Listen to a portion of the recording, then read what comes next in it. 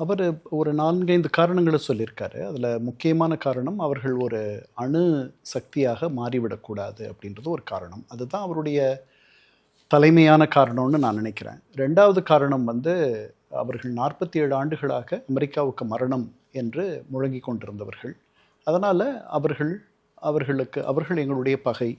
அவர்கள பலவீனப்படுத்துவது, அவர்களை வலுவிழக்கச் செய்வது என்பது என்னுடைய நலத்துக்கு வேண்டியது. அதனால அத நான் பண்ணணும்னு நினைக்கிறேன். அப்புறம் அவர்கள் பயங்கரவாதிகள் அப்படின்னு சொல்றாரு. அதில நமக்கு கருத்து வேறுபாடு இருக்கலாம். அமெரிக்கர்கள் பலர் அவர்களால இறந்திருக்காங்க அப்படின்னு சொல்றாரு.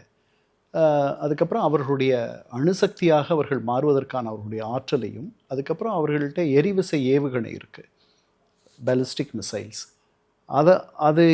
அது தயாரிக்கக்கூடிய அவர்களுடைய ஆற்றலை, அவர்கள் சேமித்து வைத்திருக்கக்கூடிய சேமிப்பு கிடங்குகளை, உற்பத்தி தளங்களை, அதை தரைமட்டமாக்குவது, அவர்களை டீக்ரேட் செய்வது, அதாவது அவர்களை மட்டுப்படுத்துவது முழுவதுமாக, அது என்னுடைய இலக்குன்னு சொல்கிறார்.